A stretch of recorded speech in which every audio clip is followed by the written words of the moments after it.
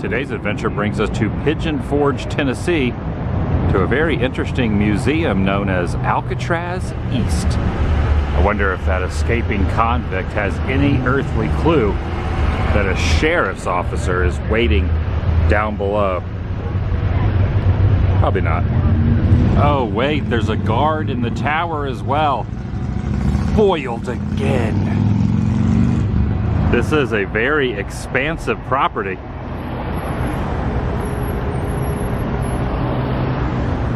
Big. Towers on each and every side. And you must look closely, but it's under patrol. There's a guard up there as well. Lurking. They certainly went the extra mile on the exterior theming. Visiting hours are as follows, and there are some rules. Do not harass the inmates. Even stepping in the front lobby, it's already a little bit on the intense side. In order to purchase tickets, you have to wait in this queue of handcuffs. Look, they're made up of handcuffs. And around the perimeter, there are a couple of inmates watching over my every move. And not just those incarcerated, but in this corner, is that the warden? Is that the warden over there hiding in the shadows? This almost gives it like a kind of like a roadside highway feel to it. It's like a neon Alcatraz sign, a picture of one at least. This shows the dimensions, 1.5 miles to the transport dock. Only government boats permitted. To start off, had to head up this staircase. Well, the ambiance is very, very thick. Even the circling lights above me. I feel like I'm really in a cell. To get to this one, it does not require any swimming. And there are some facts placed next to the photos. Al Capone was among the first of the prisoners to occupy it when it was built. Okay, this is happening. Whoa, this is like totally happening. I hear screams. Throughout these galleries, we're going to explore the enduring attraction to the anti-heroes of American history.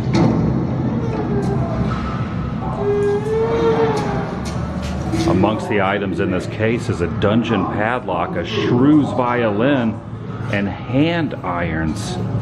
Back in the 15th century, these iron tongs were used, sometimes heated red hot before they were even used. And in all honesty, you probably really don't want to know what this head cage would have been used for. Not good things. I think they're describing it by the yells behind me. Because I was overheard using the Lord's name in vain, my tongue was run through with a hot iron rod. Whoa. I am James Hampton. For the crime of violence, I got a ride on the duffel stool, during which I was nearly drowned.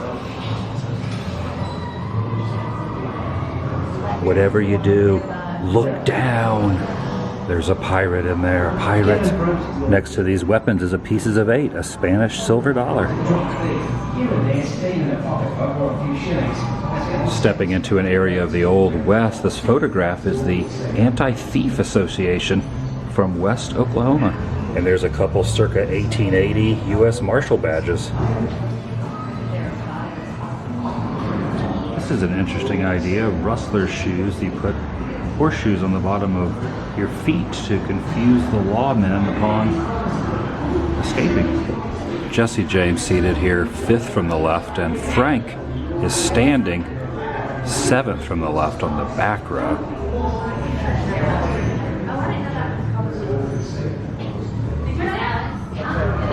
Nothing like being able to wander through some saloon doors. Watch out though, because on the opposite side are jail cells.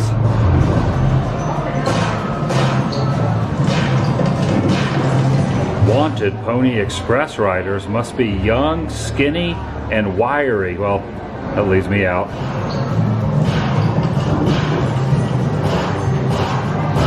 Ever wonder what the James gang use for their revolvers? Here you go.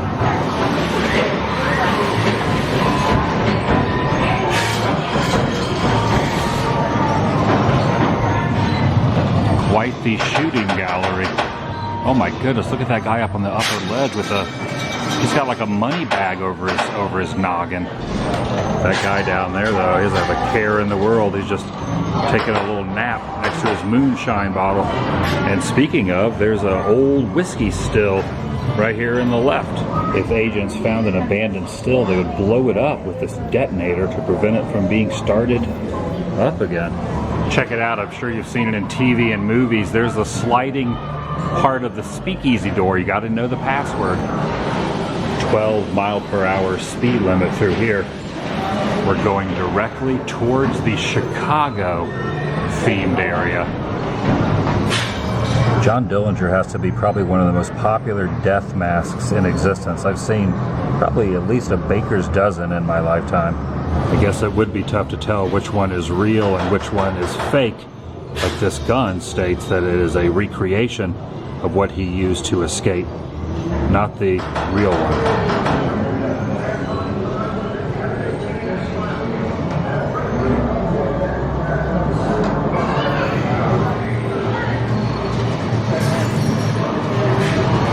Some artifacts revolving around Bonnie and Clyde here behind this glass. A few pieces that were found at the car ambush site also on display. There are some little details through here. They have placed tire marks on the ground to make it appear as if you're just traveling on. Nicely done. Moving out of that room and into another, this was used in the movie Screen Used in Scarface with Al Pacino. Also a pistol and revolver from The Godfather. There's a lot of movie memorabilia in here as well.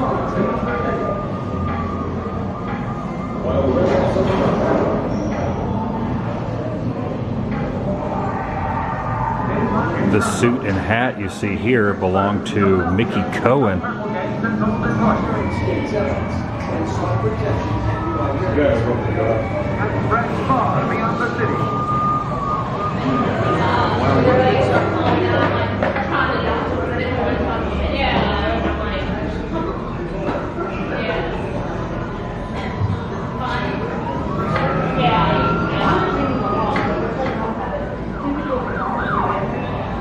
Tucked away in this corner are some items that belong to John Wayne Gacy, including his clown suits, Jeffrey Dahmer's handcuffs when he was incarcerated in Wisconsin, the typewriter used by Ted Bundy, a knife used by the Boston Strangler. Wow. Manson's acoustic guitar from when they got him at Barker Ranch. President James Garfield has succumbed to his wounds. The assassin, Charles Guiteau, encountered his victim at the Washington Railroad Depot station of profound sorrow and astonishment.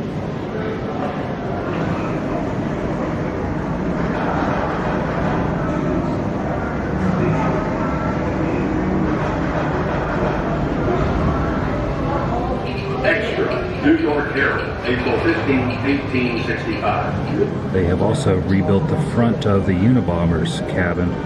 You can even peek in the window at some of the items back in there amongst the pegboard.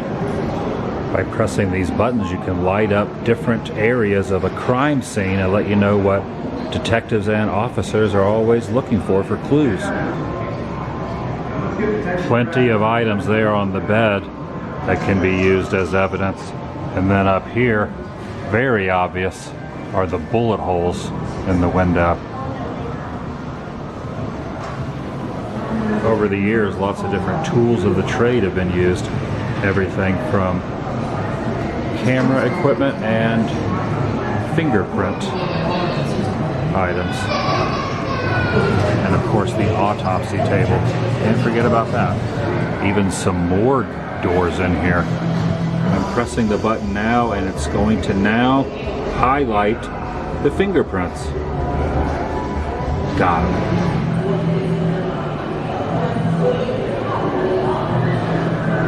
Near the water fountain and restrooms, there is some artwork in this hallway. Painted on the side of this door says, "No parking."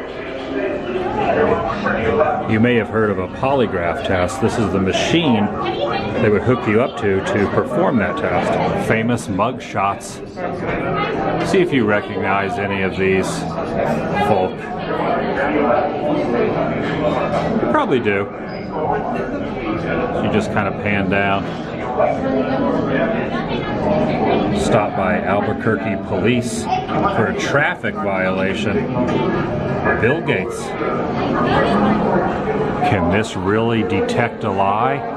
There's one way to find out. There's only one way to find out. I have to place my fingers right here on this test pattern. Have I ever taken office supplies from work? As far as I can recall, I never have. I did work at an office supply store. Does that count?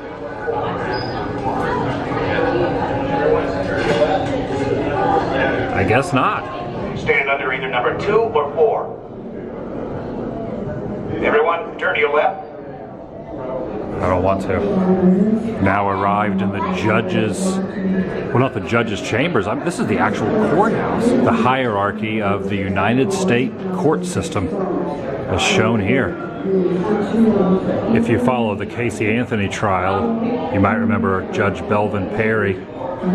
Here is his outfit. And this cell will be inspected often and without warning. When we find anything that could cause harm to our gods or your fellow inmates, those weapons will be confiscated and you will be punished for character and responsibility. Efforts compensated at a rate of 12%.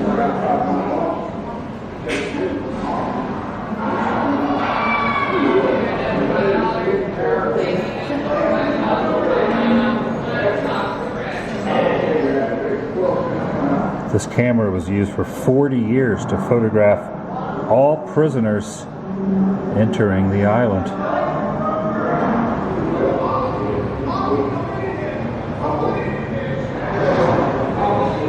John Wayne Gacy painted this while he was behind bars. Famous movie monsters.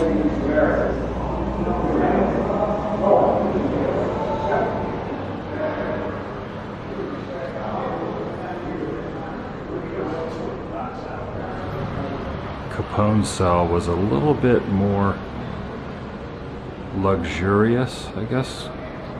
Wouldn't really be the word, but much nicer than a normal prisoner's accommodations. See him over there in the corner, just hanging around.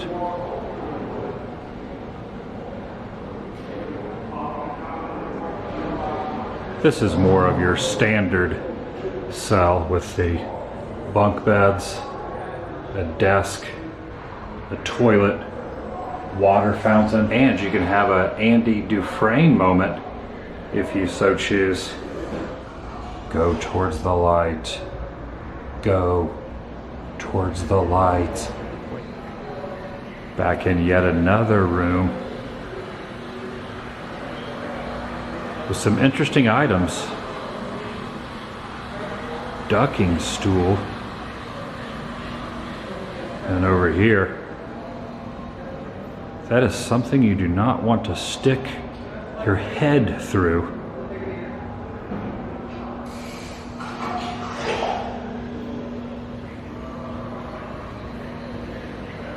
Stay out of there as well. It's a gas chamber. Hear it? It's filling up. Continuously filling. They're just pumping a lot of gas into that thing. Ooh. And now on to the automobiles. OJ's Ford Bronco. He was behind the wheel of this thing back in 1994 during that infamous chase. And as a temporary exhibit, a few of his personal items, like the ties he wore on trial. If you've ever seen the Warren Beatty film Bonnie and Clyde, this was used. Ted Bundy's Volkswagen Beetle and the other belonged to John Dillinger. Kind of get a very uneasy, eerie feeling just looking at this thing.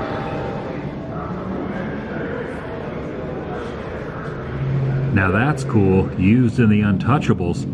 Yash!